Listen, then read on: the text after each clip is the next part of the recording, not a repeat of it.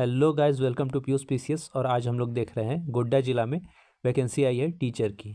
कौन से स्कूल में? तो स्कूल का नाम है वो है नेताजी सुभाष चंद्र बोस आवासीय विद्यालय हेतु।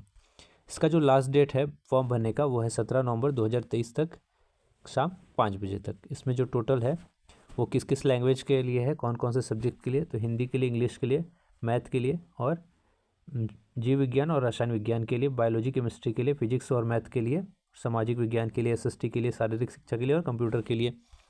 टोटल जो पोस्ट है वो यहाँ पर 8 है। और इसके अलावा जो पोस्ट है वो है गैर शैक्षणिक पद जो है वो है लेखपाल का, और आदेशपाल भी है, मुख्य रसोइया है और सहायक रसोइया का भी पोस्ट है।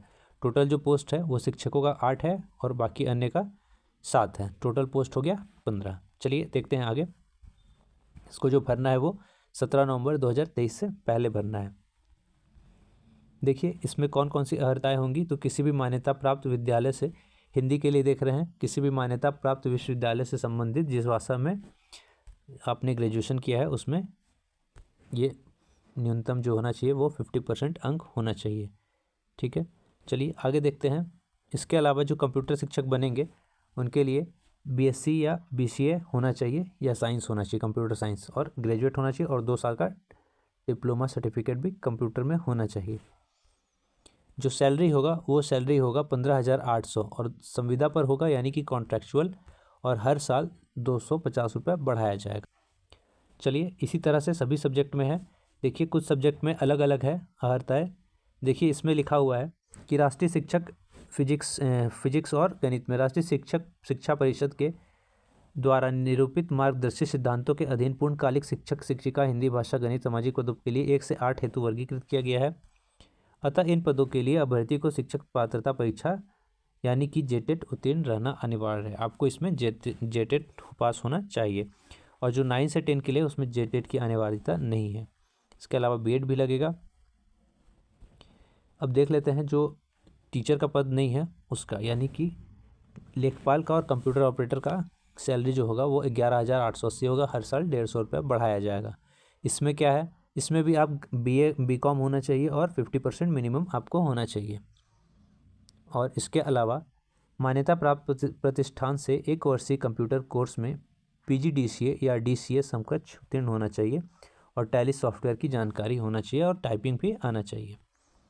देखिए सपोर्ट स्टाफ में है मैट्रिक होना चाहिए और इसका जो सैलरी होगा वो 6,000 होगा, 150 रुपया हर साल बढ़ेगा।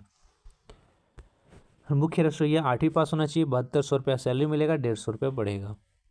शैक्षणिक अर्हताएँ, सहायक रसोइया के लिए 8वीं पास, 5400 रुपये पर मंथ मिलेगा और 150 रुपया हर साल बढ़ेगा। चलिए आगे देख लेते हैं कि कैसे क्या भरना है। तो देखिए जो एज है वो कितना होना चाहिए। जनरल का होना चाहिए 35, सभी महिलाओं का होना चाहिए 38, और ओबीसी और ईबीसी के लिए होना चाहिए 37 वर्ष, एसटी/एससी के लिए 40 वर्ष, पीडब्ल्यूडी के लिए 10 साल एज रिलैक्सेशन मिलेगा। इसके अलावा जो हम लोग देखेंगे वो आप जो भी इंफॉर्मेशन आपको चाहिए वो या तो नोटिफिकेशन से देख सकते हैं या godda.nic.in पर देख सकते हैं, या फिर मेरे टेलीग्राम चैनल जिसका मैं लिंक डिस्क्रिप्शन में दे दूंगा, आप वहाँ से भी देख सकते हैं। इसके अलावा जो है फॉर्म कैसे भरना है, तो देखिए सबसे पहले तो आपको फॉर्म भरना है, ये वाला फॉर्म। ठीक है, आपको ये फॉर्म भरना है। ये फॉर्म भी आपको मेरे टेलीग्राम चैनल से या godda.nic.in पे मिल जाएगा। तो देखिए ये आपको फॉर्म भरना है। उसके बाद आपको क्या करना होगा, उसके बाद जो है आपको सही सही ऊपर में लाल रंग के मोटे अक्षर में आवेदित नाम और कोटि, कौन से कोटि में आप आए हैं, मतलब कि जनरल में है, ओबीसी में है, SC/ST में है, वो आपको लिखना होगा और पद का नाम भी आपको लिखना होगा। ठीक है, अब देखिए आवेदन जो आपको भेजना है उस आवेदन में 2 आवेदन होगा, 23 × 10 सेंटीमीटर का, स्वपता 2 लिफाफा होगा। सभी शैक्षणिक प्रमाण पत्र आपको डालना होगा, उसका छाया प्रति यानी कि जेरोक्स, और सभी जेरोक्स सेल्फ अटेस्टेड होना चाहिए, यानी कि साइन किया हुआ, खुद का साइन किया हुआ होना चाहिए।